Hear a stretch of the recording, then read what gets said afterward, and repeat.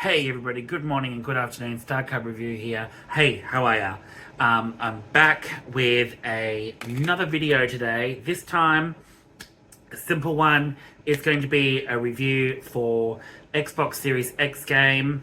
Yes, that's right. I just completed Assassin's Creed Shadows a day or two ago, and I'm going to do a review on that and give you my thoughts on the latest edition in the franchise.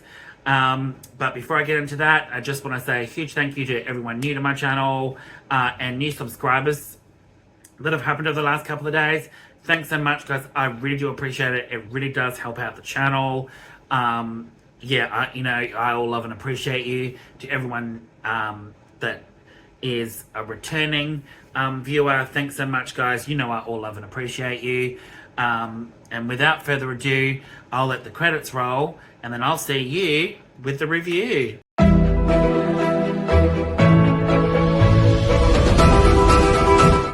Alright everybody, I'm back. And like I said, today's review is going to be on Xbox Series X game, and that is Assassin's Creed Shadows by Ubisoft.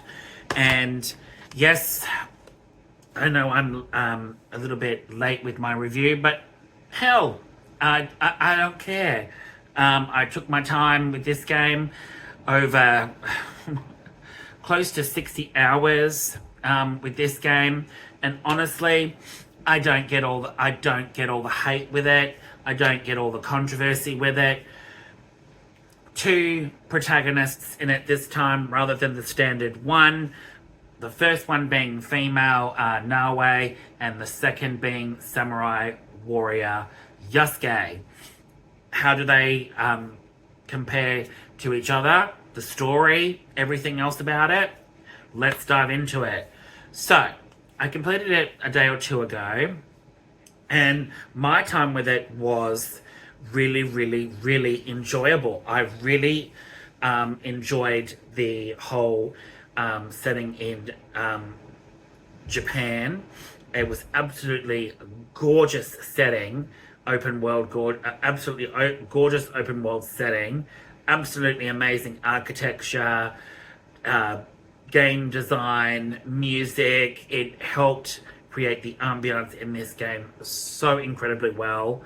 And the two characters, Naoe and Yasuke, are two very different characters in this game. Yasuke plays more like a samurai brute, sort of like wall, a tank, as you might say, a tank. And his gameplay is incredibly fun. And with all Assassin's Creed games, you've got all different sorts of armors, weapons that you can upgrade. You've got a secret base in this one this time, headquarters that you can upgrade with different buildings to give you different passives, bonuses that go towards collecting wood and all your other resources that you need in order to build and upgrade and dismantle. So it's all there.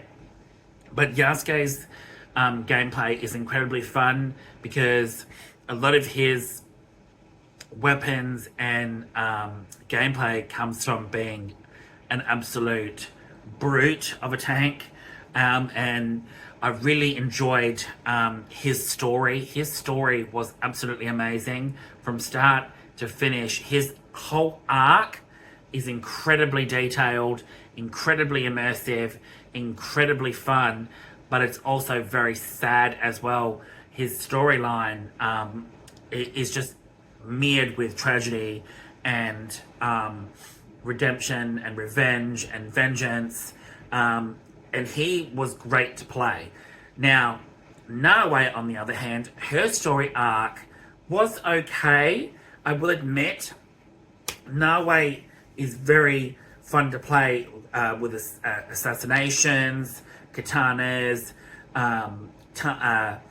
tantos, different sort of blades. Her style is very quick, nimble, flips and kicks, and her gameplay is incredibly fun too.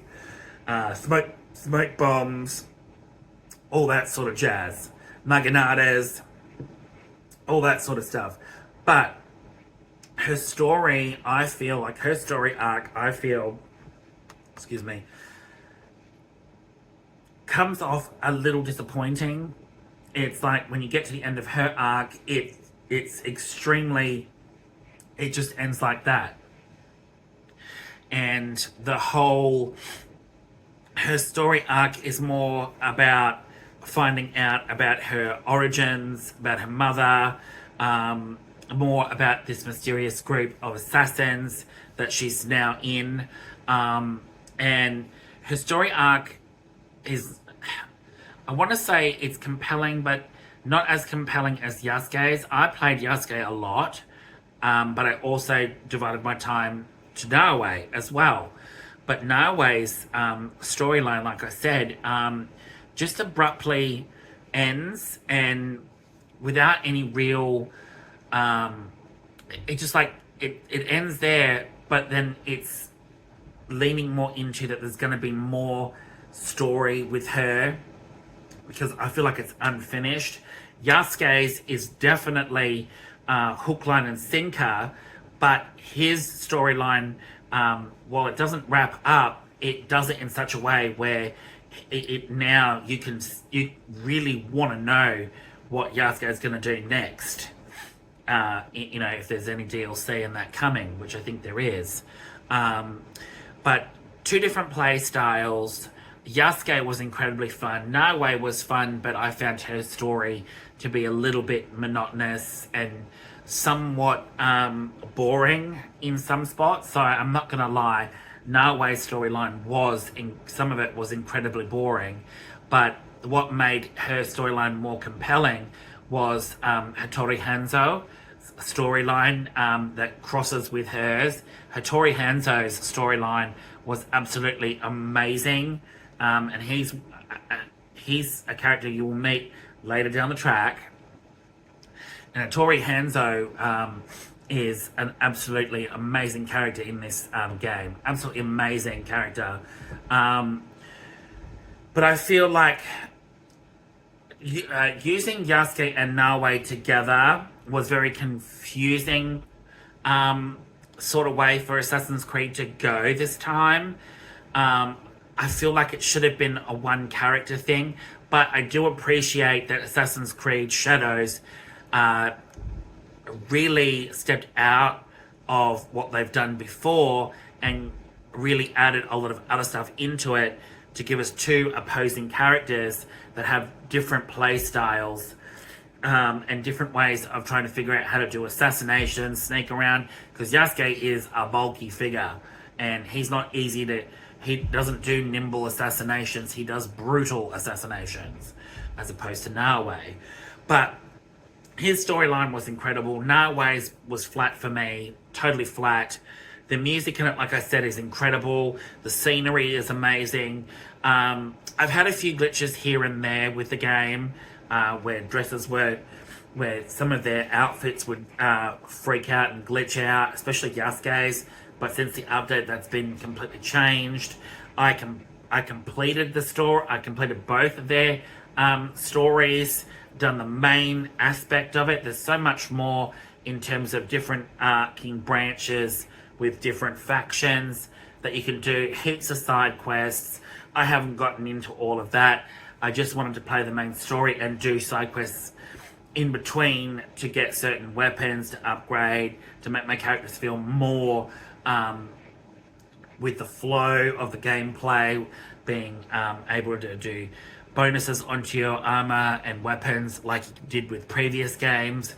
But yes, I do get some of the criticisms with Assassin's Creed Shadows, but honestly, I didn't see any issue with any of those sort of criticisms that came from the people arguing about the fact that Yasuke is black and he's in a game like this. I know there's a lot of people out there saying that this game was completely whitewashed.